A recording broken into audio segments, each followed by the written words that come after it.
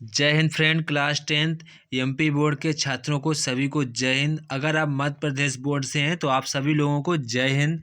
आज का जो हमारा टॉपिक है वो हमारा सामाजिक विज्ञान का सैंपल पेपर है। अगर आप बोर्ड परीक्षा की तैयारी कर रहे हैं तो आप लोगों के लिए मैंने बोर्ड परीक्षा के लिए वेरी वेरी इंपॉर्टेंट ये सैंपल पेपर बनाया है। इसमें मैंने वही क्वेश्चन रखे हैं जो कि आपकी परीक्षा में लगातार रिपीट हो रहे हैं और मैंने अपनी तरफ से क्वेश्चनों को ऐड किया है जो कि आपके लिए वेरी वेरी इंपॉर्टेंट क्वेश्चन होने वाले हैं। तो आप बिना स्किप के वीडियो को पूरा देखेंगे क्योंकि आपको अपने सामाजिक विज्ञान पेपर में 90+ का स्कोर करना चाहिए, तभी आपकी अच्छी सी मार्किंग बन पाएगी। तो यहाँ पर जो आप लोगों को पता है आपका जो पेपर होता है वो आपका पेपर 75 का मार्क्स का होता है। अब आपकी जो टाइमिंग होती है वो 3 घंटे की होती है और जो हमारे पूरे क्वेश्चन होते हैं वो हमारे 23 क्वेश्चन आते हैं। तो यहाँ पर आप लोगों को इस सैम्पल पेपर से अपने बोर्ड एग्जाम की प्रैक्टिस कर लेनी है अच्छे तरीके से। बिल्कुल मैंने सेम पेपर बनाया है जैसा कि बोर्ड में आता है आपका पेपर। यहाँ पर जो हमारा पहला क्वेश्चन यहाँ पे आपको मिलेगा वो आपके एमसीक्यू होंगे। तो यहाँ पर जो हमारा पहला क्वेश्चन है बहुविकल्पीय प्रश्नों के उत्तर दीजिए।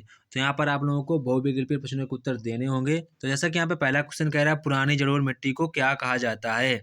Option A bangar, option B khadar, option B यावर, ऑप्शन डी रेंगड़। तो यहाँ पर हमारा इसका सही जवाब होगा बांगर। क्या होगा? बांगर। इसका हमारा क्वेश्चन नंबर 2 है यहाँ पर बांधों को आधुनिक भारत का मंदिर किसने कहा था। Option A Mahatma Gandhi, Jawaharlal Nehru, Bhagat Singh, Lal Bahadur Shastri. तो यहाँ पर हमारा इसका सही जवाब हो जाएगा जवाहरलाल नेहरू। क्या हो जाएगा? जवाहरलाल नेहरू।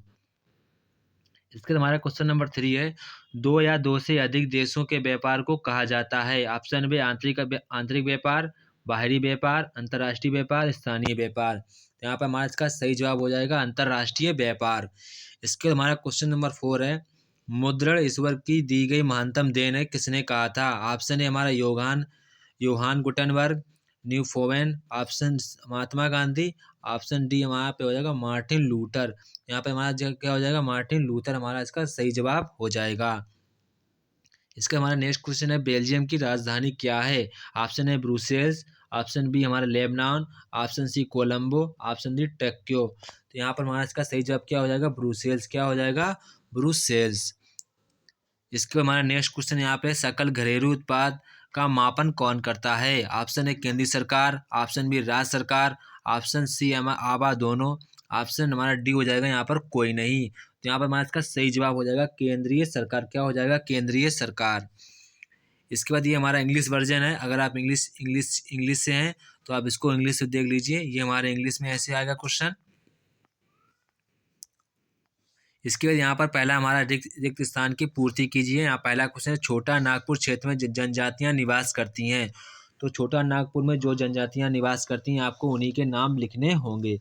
तो सबसे पहले आप लोग यहाँ पर जो छोटा नागपुर में एक जनजाति रहती है मुंडा। कौन सी रहती है? मुंडा। आप यहाँ मुंडा भी लिख सकते हैं या आप ये भी लिख सकते हैं ओराज। क्या लिख सकते हैं? ओराज। क्या लिख सकते हैं? ओराज भी लिख सकते हैं। या आप माहली भी लिख सकते हैं। क्या लिख सकते हैं? माहली। तो आपको मुंडा ही लिखना चाहिए क्योंकि ज़्यादा आंसर फेमस रहता है तो आप मुंडा ही लिखेंगे। इसका हमारा नेक्स्ट क्वेश्चन है क्वेश्चन नंबर 2। यहाँ पे क्वेश्चन 2 कह रहा है जल परिवहन देश का सबसे परिवहन का साधन है। तो यहाँ पे क्या भरेंगे आप? यहाँ पे भरेंगे प्रचलित। क्या भरेंगे? प्रचलित साधन है। क्या भरेंगे? प्रचलित परिवहन का साधन है। इसका हमारा नेक्स्ट क्वेश्चन है क्वेश्चन नंबर 3 विश्वव्यापी आर्थिक मंदी वर्ष में कब आई थी। तो विश्वव्यापी आर्थिक मंदी कब आई थी? 1929 में। कब आई थी? 1929 ईस्वी में विश्वव्यापी मंदी आई थी। इसके हमारा नेक्स्ट क्वेश्चन है क्वेश्चन नंबर 4 श्रीलंका में सर्वाधिक धर्म के लोग रहते हैं। तो आप क्या लिखेंगे? क्या लिखेंगे? थरेवाद। क्या लिखेंगे? थरेवाद बौद्ध धर्म। क्या लिखेंगे? थरेवाद बौद्ध धर्म लोग रहते हैं। इसकी कितनी जनसंख्या है? यहाँ पे 70.2% यहाँ पर इतने लोग यहाँ पर इतने परसेंटेज लोग बौद्ध धर्म के लोग रहते हैं। इसके बाद यहाँ पे 5 क्वेश्चन है भारत के प्रथम विधि मंत्री कौन थे। तो विधि मंत्री कौन थे? डॉक्टर भीमराव अम्बेडकर। कौन थे? डॉक्टर भीमराव अम्बेडकर। कौन थे? डॉक्टर भीमराव अम्बेडकर जी थे। इसके बाद नेक्स्ट क्वेश्चन हमारा है मधुमक्खी पालन में आता है। तो आप क्या भरेंगे? एफिक्स। क्या भरेंगे? एफिक्स। ये आपको आंसर यहाँ पे भरना होगा। ये हमारा इंग्लिश वर्जन है। अगर आप इंग्लिश से हैं तो हम इंग्लिश से भी तैयार कर सकते हैं। इसके बाद सत्य और असत्य यहाँ पर आंसर दिए गए हैं। तो यहाँ पर पहला क्वेश्चन कहा गया है भारतीय वन्यजीव अधिनियम 1972 में लागू हुआ था। ये बिल्कुल हमारा सही क्वेश्चन है। दिल्ली और अमृतसर के मध्य ऐतिहासिक शेर शाह सूरी मार्ग राष्ट्रीय राजवंश का एक के नाम से जाना जाता है। ये भी हमारा बिल्कुल सही जवाब है। भारत भारत पेट्रोलियम का निर्यात करता है। भारत पेट्रोलियम का निर्यात करता है, तो ये हमारा बिल्कुल सही जवाब नहीं है। इसके बाद नेक्स्ट क्वेश्चन यहाँ पे हमारा गीत गोविंद के रचयिता जयदेव हैं। बिल्कुल हमारा ये सही जवाब है। भारतीय संविधान समानता पर आधारित है। ये भी हमारा सही जवाब है। इसके बाद नेक्स्ट क्वेश्चन यहाँ पे है क्वेश्चन नंबर 6। लोकतंत्र का सबसे अच्छा गुण नागरिकों की गरिमा में वृद्धि करना है। तो ये भी हमारा बिल्कुल सही जवाब हो जाएगा। यहाँ पर ये इंग्लिश वर्जन इसका देख लीजिए आप लोग, अगर इंग्लिश से हैं तो आप इंग्लिश का वर्जन भी देख सकते हैं। इसके बाद हमारा नेक्स्ट क्वेश्चन यहाँ पे मैच द फॉलोइंग। क्या है हमारी मैच द फॉलोइंग, यानी कि जोड़ी बनाइए। तो सबसे पहले यहाँ पर रबर है। रबर आप किससे मिलाएंगे? मिलाएंगे केरल से। किससे मिलाएंगे? केरल से मिलाएंगे। इसके बाद ऑयल इंडिया लिमिटेड, तो यहाँ पर किससे मिलाएंगे? आप मिलाएंगे संयुक्त उद्योग। किससे मिलाएंगे? संयुक्त उद्योग से मिलाएंगे। इसके बाद क्या है? कृत्रिम पत्तन किससे मिलाएंगे? चेन्नई से। किससे मिलाएंगे? चेन्नई से। तो यहाँ पे कहा गया क्रिस्टोफर कोलंबस, तो आप क्या करेंगे? अमेरिका की खोज। इसके बाद क्या गया? Spinning jenny. क्या कहा गया? स्पिनिंग जेनी क्या करेंगे? ऊन की कटाई मशीन। इसके बाद क्या गया? गोस्वामी तुलसीदास जी, जब क्या बनेंगे? रामचरित मानस। तो ये हमारे इसके सभी की मैचिंग हो जाएगी। ये हमारा इंग्लिश वर्जन है। आप इंग्लिश से हैं तो आप इंग्लिश से तैयार कर सकते हैं। इसके हमारा क्वेश्चन नंबर 5 है, जो कि आपको एक वाक्य में उत्तर लिखना पड़ेगा। यानी एक वाक्य में पहला क्वेश्चन हमारा कह रहा है सामंत कमीशन क्या है। दूसरा क्वेश्चन हमारा है भूमध्य सागर के पूर्व में स्थित 2 देशों के नाम बताने हैं आपको। फिर हमारा क्वेश्चन यहाँ पे 3 है राजनीतिक दल को मान्यता कौन देता है। इसके बाद नेक्स्ट क्वेश्चन हमारा है शपथ पत्र क्या है। शपथ पत्र क्या है। इसके बाद कह रहा है the first lady of civil rights किसे कहा जाता है। ये हमारा फिफ्थ क्वेश्चन है। इसके बाद क्वेश्चन नंबर यहाँ पे हमारा 6 क्वेश्चन हमारा जो है वो हमारा अर्थव्यवस्था को कितने क्षेत्रों में विभाजित किया गया है। कितने क्षेत्रों में? 3 क्षेत्रों में विभाजित किया गया है। ये हमारा इंग्लिश में क्वेश्चन है। अगर आप इंग्लिश बोर्ड से हैं तो आप इंग्लिश से ऐसे क्वेश्चन कर सकते हैं। इसके क्वेश्चन नंबर यहाँ पे हमारा 6 क्वेश्चन है। यहाँ पर क्वेश्चन नंबर 6 कह रहा है भारत में वन्य जीव संरक्षण अधिनियम 1972 द्वारा वनों की सुरक्षा का प्रावधान लिखिए। तो आपको 1972 जब हमारा टाइगर प्रोजेक्ट लॉन्च हुआ था, टाइगर प्रोजेक्ट, सबसे पहले हेडिंग बन जाएगी टाइगर प्रोजेक्ट। तो आपको विदाउट हेडिंग नहीं लिखना होगा। आपको लगभग दो नंबर का क्वेश्चन है तो आपको हेडिंग नहीं डालनी होगी। तो आपको सिर्फ एक शॉर्ट आंसर लिखना होगा जिसका नाम आपको पता होना चाहिए। यहाँ पे कह रहा है भारत में वन्य जीव संरक्षण अधिनियम 1972 वन सुरक्षा का प्रावधान लिखिए।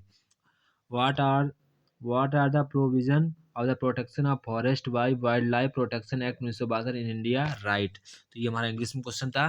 तो आपको ऐसा लिखना होगा, कम से कम 2 लाइन में लिखना होगा। आपको प्रावधान लिखने हैं तो आपको सिर्फ 2 प्रावधान लिखने होंगे ताकि आपको 2 नंबर मिल सकें।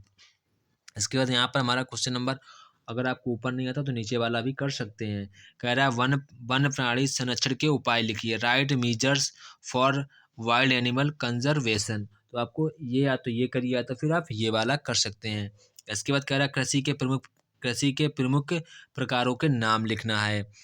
Right the names of the types of agriculture. इसके और वाला क्वेश्चन कह रहा है वाणिज्य कृषि की कोई प्रमुख विशेषताएं लिखना है। कह रहा है right any 2 main features of commercial agriculture.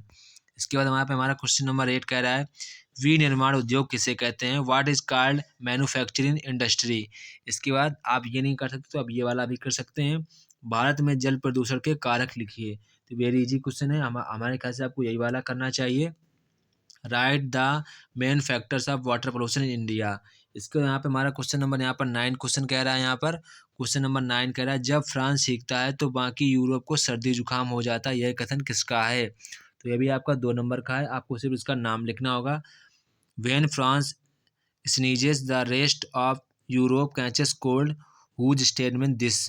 तो आपको ये स्टेटमेंट किसका है इंग्लिश में नाम लिखना होगा। इसके और वाला यहाँ पे कहा गया राष्ट्रवाद क्या है। अगर आपको ये नहीं आता तो आप नीचे वाला भी कर सकते हैं। राष्ट्रवाद क्या है। Right what is nationalism. तो ये क्या है आपको लिखना होगा। 2 मार्क्स क्वेश्चन है तो आपको छोटा छोटा ही लिखना होगा। इस पर कह रहा है रॉलेट एक्ट से आप क्या समझते हैं। रॉलेट एक्ट से आप क्या समझते हैं। What do mean understand by Rowlatt act. इसके बाद हमारा इसी का और क्वेश्चन कह रहा है दांडी यात्रा का उद्देश्य क्या था। What was the purpose of Dandi march. यहाँ पर आप इन दो में से कोई एक क्वेश्चन करेंगे तो आपको 2 मार्क्स मिल जाएंगे। इसके बाद यहाँ पे क्वेश्चन नंबर यहाँ पर हमारा 11 कह रहा है कॉर्न लॉ क्या था, उन्हें क्यों पारित किया गया था। What are the corn law, why are they passed. तो इस पर आपको थोड़ा आंसर लिखना होगा, कॉर्न लॉ क्या था, उसे क्यों पारित किया गया है, ताकि आपको 2 मार्क्स मिल सके। अगर आपको ये नहीं आता है तो हम नीचे वाला भी कर सकते हैं। यहाँ पे कह रहा है ब्रिटेन में भोजन की बढ़ती मांग को पूरा करने के लिए उठाए गए 2 कदमों का उल्लेख कीजिए। तो यहाँ पे इंग्लिश में कह रहा है mention 2 steps taken to meet the increasing demand for food in Britain. तो आपको इन दो में से कोई एक क्वेश्चन करना होगा ताकि आपको 2 मार्क्स मिल जाएं। इसके बाद नेक्स्ट क्वेश्चन है हमारा क्वेश्चन नंबर 12, स्टेपलर फुलर का क्या अर्थ है लिखिए। तो इसके बाद इसके और वाला क्वेश्चन यहाँ पे कह रहा है स्पिनिंग जेनी क्या है। तो आपको ऊन काटने वाली मशीन क्या हो जाएगी, ऊन काटने वाली मशीन। स्टेपलर का फुलर का अर्थ लिखिए। तो आपको अगर ये आता है तो ये लिखिए, नहीं आता तो आप नीचे वाला भी कर सकते हैं। इसके हमारा क्वेश्चन नंबर 13 यहाँ पे है। क्वेश्चन नंबर 13 यहाँ पे कह रहा है राजनीतिक दल क्या है। Right what is a political party.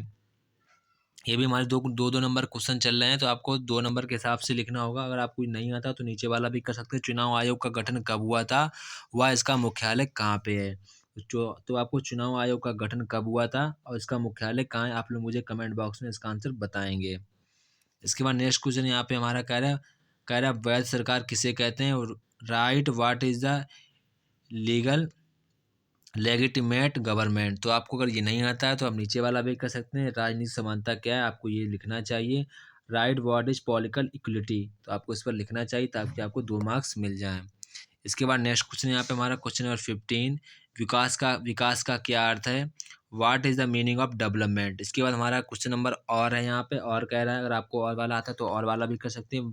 मानव विकास सूचकांक क्या है। What is human development index. तो आपको इसके बारे में लिखना आता है तो लिख सकते हैं।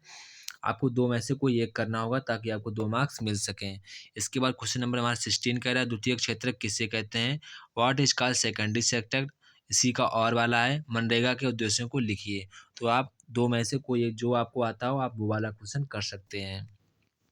तो क्वेश्चन नंबर 17 है वैश्वीकरण का अर्थ समझाइए एवं विशेषताएं लिखिए। Explain the meaning of globalisation and write the characteristics. इसी का और वाला कह रहा है बहुराष्ट्रीय कंपनियां किस प्रकार वैश्वीकरण में सहायता कर रहे हैं लिखिए।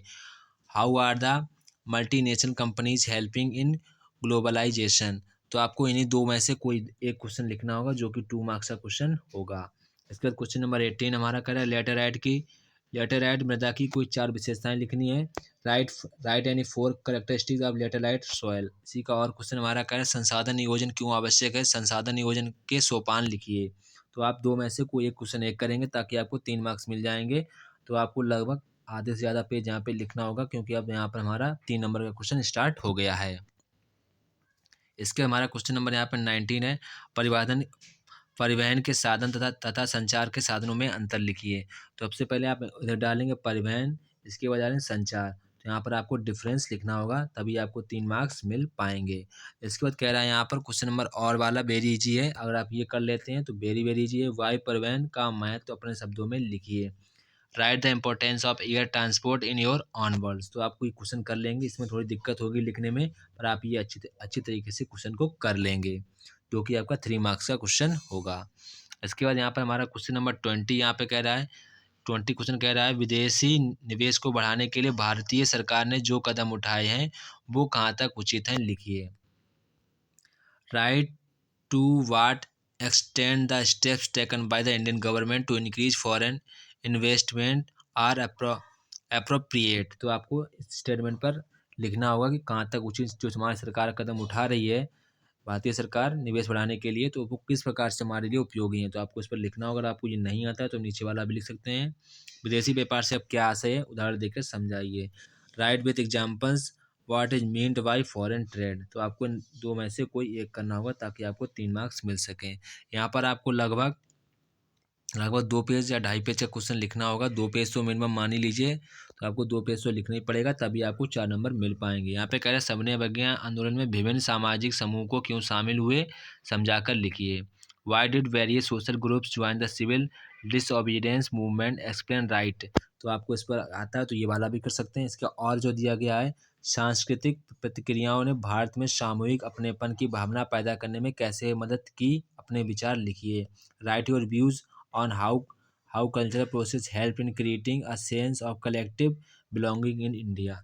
और आपको इन दो में से कोई क्वेश्चन आता है तो आप करेंगे, लगभग 2 पेज लिखना होगा विथ हेडिंग। एक बात ध्यान रखनी है आपको, विदाउट हेडिंग नहीं लिखना है, वरना आपके नंबर कट जाएंगे। आप अधिक से अधिक हेडिंग बनाएंगे तो आपकी जल्दी से पेजिंग भर जाएगी। इस बात को आपको ध्यान रखना होगा ताकि आपको बोर्ड परीक्षा में इसका फ़ायदा मिल सके। तो आपको विदाउट हेडिंग नहीं लिखना होगा। अगर आप विदाउट हेडिंग लिखेंगे तो आपके मार्क्स कट जाएंगे। इसके बाद नेक्स्ट क्वेश्चन हमारा क्वेश्चन नंबर 22, संघ सूची, राज सूची व समवर्ती सूची को समझाकर लिखिए। Explain the right about union list, state list and concurrent list. तो आपको कोई एक करना होगा, नीचे वाला आता है नीचे वाला कर सकते हैं। पंचायती राज विकेंद्रीकरण का आधार है, इस संबंध में अपने विचार लिखिए। Panchayati Raj is the basis of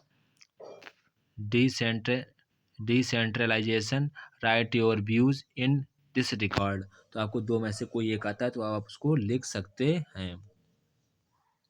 इसके बाद हमारा नेक्स्ट क्वेश्चन यहाँ पे हमारा है, इसी का और भारत के मानचित्र में निम्नलिखित को दर्शाइए। तो भारत का जो मानचित्र है आपको इसमें वही दर्शाना है। कह रहा है काकरापारा परमाणु संयंत्र, तो आपको इसको मानचित्र में दर्शाना होगा। कह रहा है रावत भाटा परमाणु संयंत्र, इसको भी आपको दर्शाना होगा। इसके बाद कह रहा है कलपक्कम परमाणु संयंत्र, आपको इसको भी दर्शाना होगा। फिर कह रहा है नरोरा परमाणु संयंत्र। तो आपको तीनों को, भारत के इंडियन का जो मैप होता है आपको उस पर इन सभी को, मैपों को दर्शाना होगा जितने संयंत्र दिए गए हैं। तो लगभग ये सभी जो इतने परमाणु हैं सब भारत के निचले हिस्सों में पाए जाते हैं। तो आपको यहीं पर इसको करना होगा। इसके बाद इसी का और वाला है, अगर वो नहीं आता तो आप ये वाला भी कर सकते हैं। यहाँ पे कह रहा है भारत के मानचित्र में निम्नलिखित खनिज तेल के क्षेत्र को दर्शाइए। यहाँ पर हमारा पहला क्वेश्चन यहाँ पे कह रहा है अंकलेश्वर को दर्शाना है। फिर कह रहा है कलोल को दर्शाना है। फिर कह रहा है नारकटिया को दर्शाना है। फिर कह रहा है मोरन को दर्शाना है। So the following mineral oil field in the on map of India, Ankleshwar, Kalol, Nakaria, Naharkatiya, Moran. तो आपको ये चारों भारत के मानचित्र पर इसको सभी को आपको डायग्राम को दर्शाना होगा ताकि आपको अच्छी तरीके से मार्किंग मिल सके। तो आपको इस भारत के मानचित्र पे दर्शाना होगा, विथ नाम भी लिखना होगा। पॉइंट अच्छी अच्छी राइटिंग लिखेंगे ताकि आपके मार्क्स ना कटें और आप हमारे सभी छात्र मैपिंग में फुल मार्क्स ला सकें। तो ये हमारा आज का सामाजिक विज्ञान का एमपी बोर्ड का सैंपल पेपर था। अगर आप वीडियो पर नए तो वीडियो को सब्सक्राइब जरूर कर लें, क्योंकि आपको इसी चैनल पर एमपी बोर्ड के सभी सब्जेक्ट के सैंपल पेपर मिल जाएंगे। आप अपने इस वीडियो को सभी फ्रेंडों के पास शेयर करें ताकि उन्हें भी सैंपल पेपर का फ़ायदा मिल सके, वो भी पढ़ सकें। जय हिंद दोस्तों, फिर मिलते हैं अपने नेक्स्ट वीडियो में। तब तक कि आप सभी लोगों को जय हिंद। अगर आप मेरे वीडियो पर नए हैं तो वीडियो को सब्सक्राइब जरूर कर लें। आपको पता होगा हम आपको इसी चैनल पर एमपी बोर्ड के सभी सब्जेक्ट के सैंपल पेपर अपलोड करते रहेंगे। अगर आपको किसी भी सब्जेक्ट में डाउट हो या कोई भी इन्फॉर्मेशन चाहिए तो आप मुझे कमेंट में बता सकते हैं। जय हिंद दोस्तों, फिर मिलते हैं अपने नेक्स्ट वीडियो में।